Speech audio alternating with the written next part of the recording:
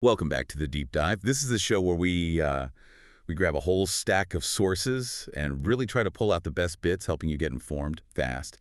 Today we're taking on something, well, fascinating and pretty unsettling. Hmm. A journey right into the script of a modern classic. That's right. Yeah, our mission today is to really unpack the layers within the Fight Club screenplay, specifically using excerpts from the Internet Movie Script Database, IMSDB. We're not just going to retell the story, though. We want to dissect the surprising facts, trace that narrative arc, and really explore the psychological stuff, especially with the narrator, we'll call him Jack, and, of course, the unforgettable Tyler Durden. Okay, so get ready for, hopefully, an aha moment or two. Mhm.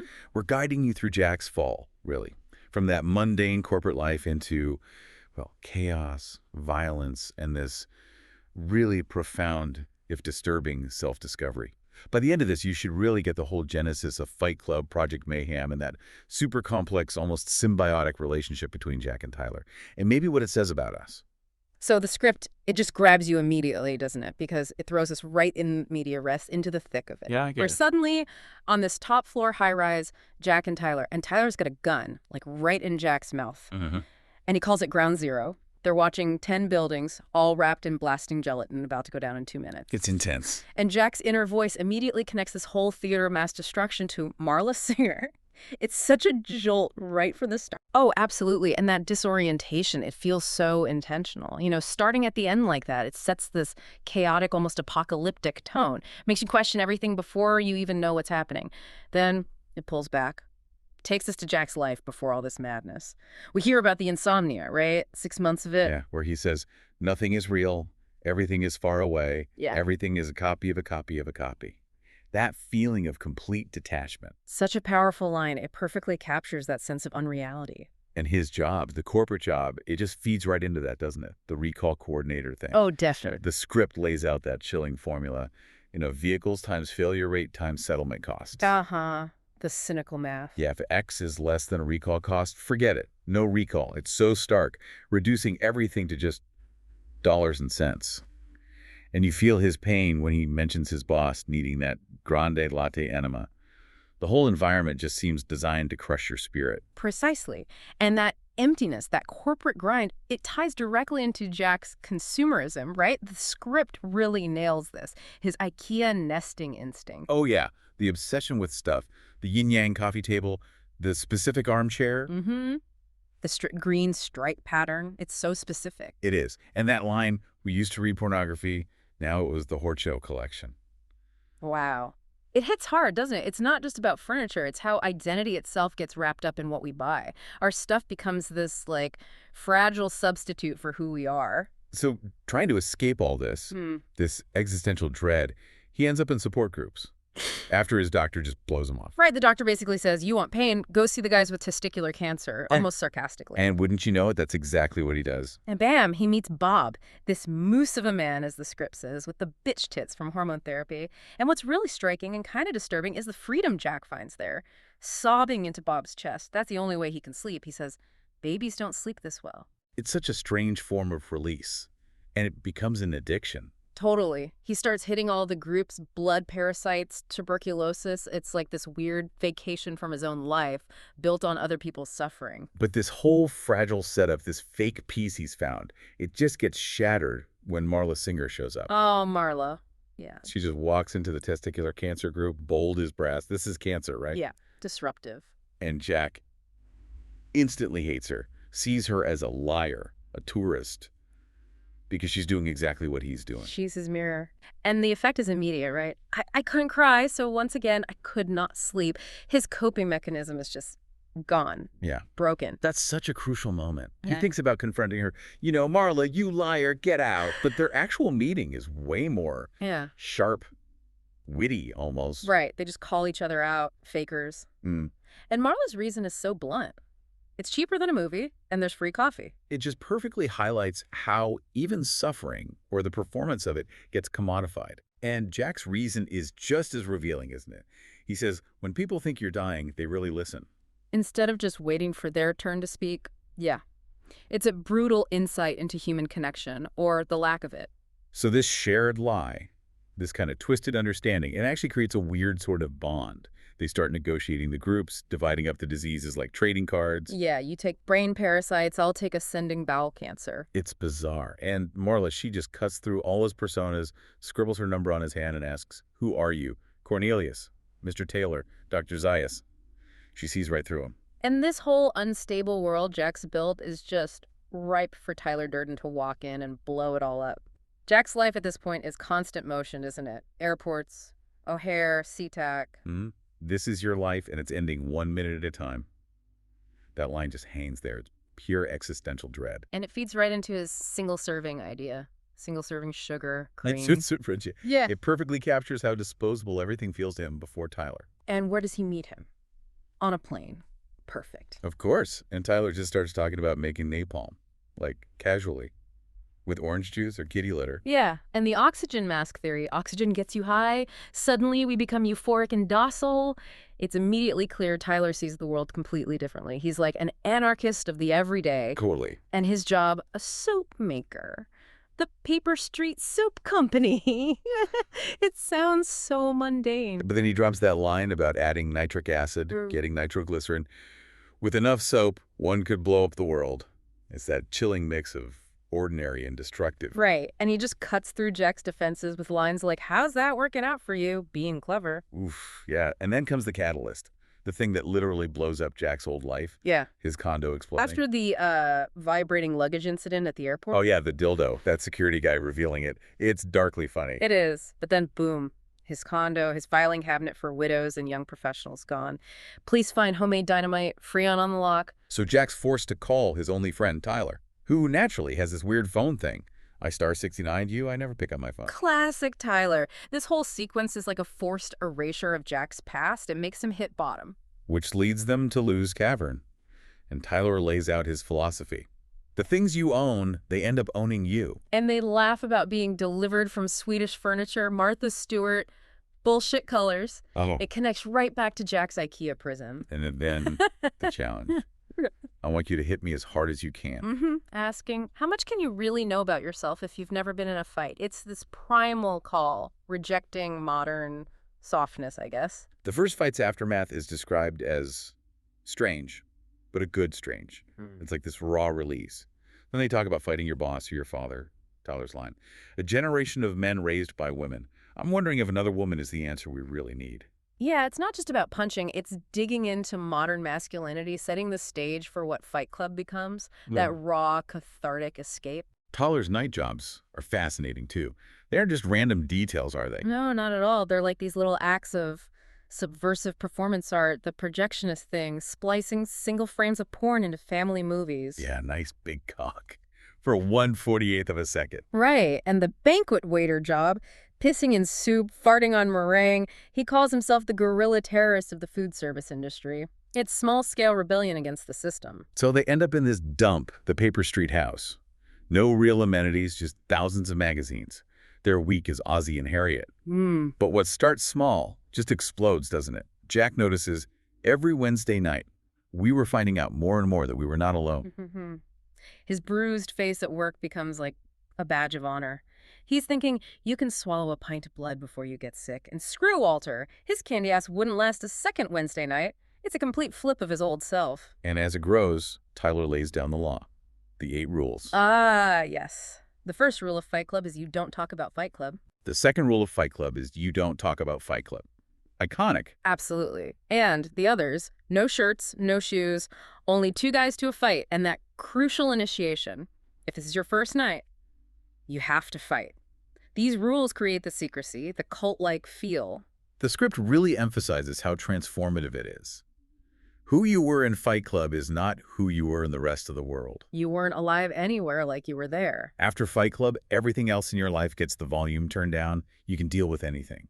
He sees a new guy go from a wad of cookie dough to being carved out of wood. It's identity forged in fire, basically. Which leads right to Tyler's core idea. Self-improvement is masturbation. Self-destruction is the answer. It's radical, embracing chaos to find something real.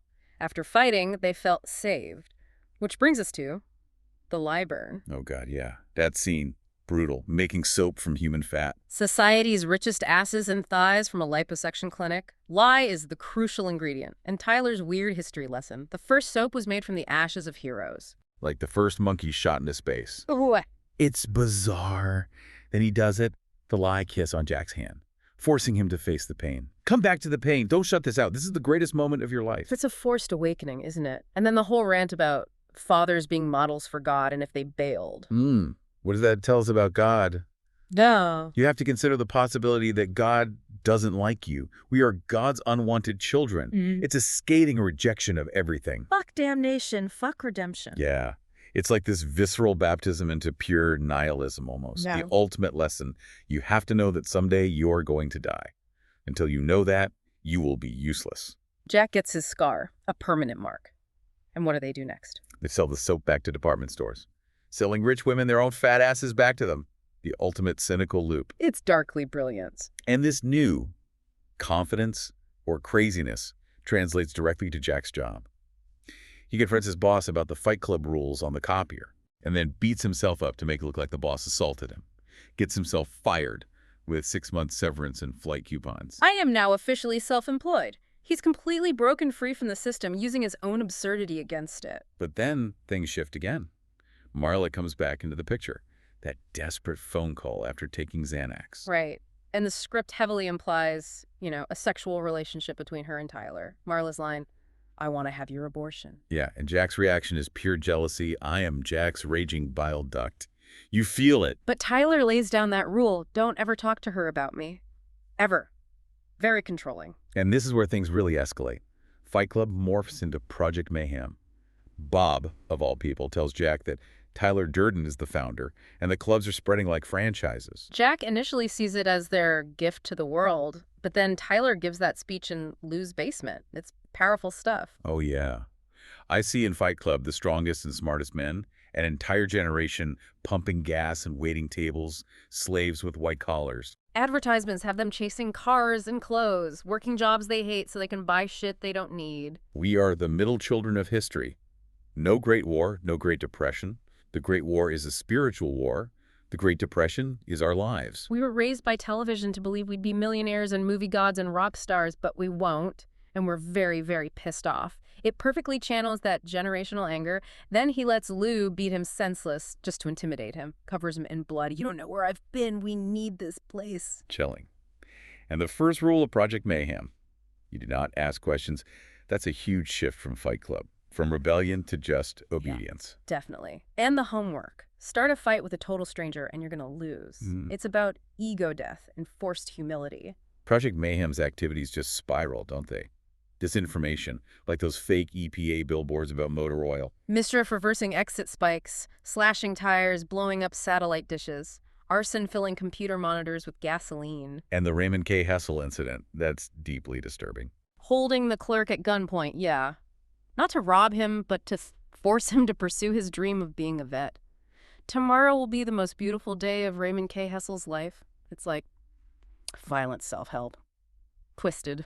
They paint that giant smiley face on the skyscraper with fire and broken windows, threaten Commissioner Jacobs with castration. Do not fuck with us.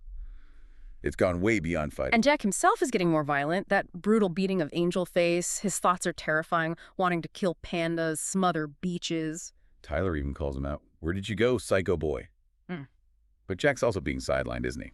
Kept out of the loop on Mayhem's real plans. That's a clip. A big one. And the final reveal just blows everything apart. The car crash scene, Tyler's speech about hitting bottom. Hitting bottom isn't a weekend retreat. It's not a seminar. You have to forget everything. Jack's just had enough. Fuck my life, fuck Fight Club, fuck you, and fuck Marla. But Tyler keeps pushing his vision. In the world, I see you're stalking elk. Around the ruins of Rockefeller Center. Then Marla's back at the house. Jack hears sawing and hammering. Tyler whispers from the basement, "You're not talking about me, are you?" So creepy. And Jack finds it. The Peeper Street house is now Project Mayhem HQ. Bunk beds, shaved heads, space monkeys like Ricky Bob. Yeah. The bulletin board of human sacrifices. Driver's licenses, yeah. And the chanting, "You are not a beautiful and unique snowflake. We are the all-singing, all-dancing crap of the world. In Tyler we trust." It's terrifying collectivism. And then the realization, Tyler's absence, he was gone. followed immediately by Bob's death, shot during a mayhem mission. Jack's grief is real. This is a man. You killed him. But the space monkeys just chant. His name is Robert Paulson. In death, a member of Project Mayhem has a name. Dehumanizing. Utterly. So Jack goes looking for Tyler, follows the plane tickets, finds fight clubs everywhere. Everyone knows Tyler. Nobody knows him. He's losing it.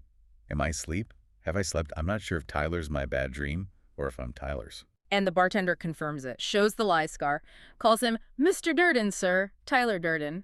The penny drops. The call to Marla. Have we? Have we ever had sex? And her reply seals it. Is that a pretty accurate description of our relationship, Tyler? Tyler Durden, you fucking freak. Game over. Then Tyler appears. The full confession.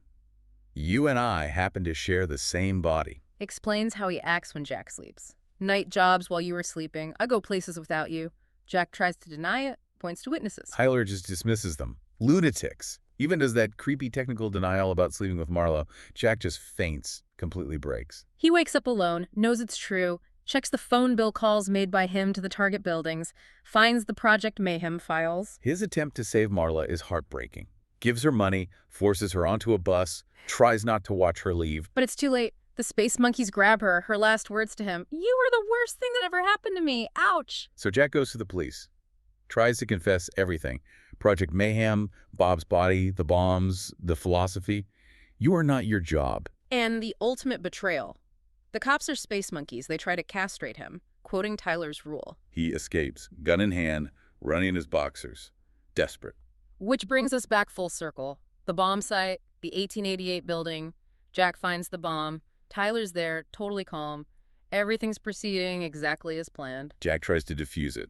Tyler messes with his head about the wires, then reveals Marla's there. I've got everything. I've got Marla. Jack confronts him about Bob. Was that part of your plan? And Tyler's response is ice cold. Bob was a grown man. In any great struggle, there will be casualties. Wouldn't that be implicit in the name? Project Mayhem? No remorse. None. Jack tries to quit. Tyler says, not an option. So Jack sees the only way out, puts the gun in his own mouth. Not my mouth, our mouth. That's It survives. Ragged hole in his cheek, bleeding. But Tyler, gone. His head blown open, body vanishes. The space monkeys arrive, see Jack, call him Sir, Mr. Durden, worry about him. You look terrible, sir. Has he integrated Tyler? Destroyed him. It's ambiguous. It is. Marla's brought to him, he just says, don't ask. And I did, I think. And as the buildings implode outside, he takes her hand. That final flash frame. The penis splice. Tyler's last laugh. And Jack's line. I'm sorry, you met me at a very strange time in my life. Understatement of the century. Okay, wow, let's try and unpack that a bit. We've really gone through Jack's whole nightmarish journey. Consumerism, insomnia, the raw violence of Fight Club, and then that huge twist, the fractured identity. Yeah, and what's so effective, I think, is how the script builds it all so meticulously. It's not just what happens, but why it hits Jack so hard. It's this deep critique of modern alienation, isn't it? This desperate, kind of twisted search for meaning. Even if that meaning comes through self-destruction and, total rebellion, it really poses that question. In our world, this world of constant information manufactured desires, where do we actually find something real, genuine connection, purpose? Exactly. And the details the script uses, they stick with you. The single-serving friends, that awful recall formula, the lie burn as this brutal baptism. It makes these big ideas feel really visceral. You almost feel the grime, the pain. Yeah, you do. And connecting it maybe to a bigger picture, the story shows this extreme, but maybe understandable, reaction to feeling completely ignored, unseen. That feeling resonates, I think, way beyond just a basement fight club. It taps into something about feeling powerless. So thinking about what this means for you, listening, maybe consider this. That final moment in the script, the flash frame, the projectionist little changeover trick. The hidden image. Yeah. How many tiny 1/48th of a second truths or hidden things might be flashing past us all the time, defining our reality in ways we don't even notice? That's a really interesting thought. What are the hidden frames in your own life, The things you might be overlooking that are actually shaping your experience? Something to chew on, maybe, after this deep dive. Welcome back to the Deep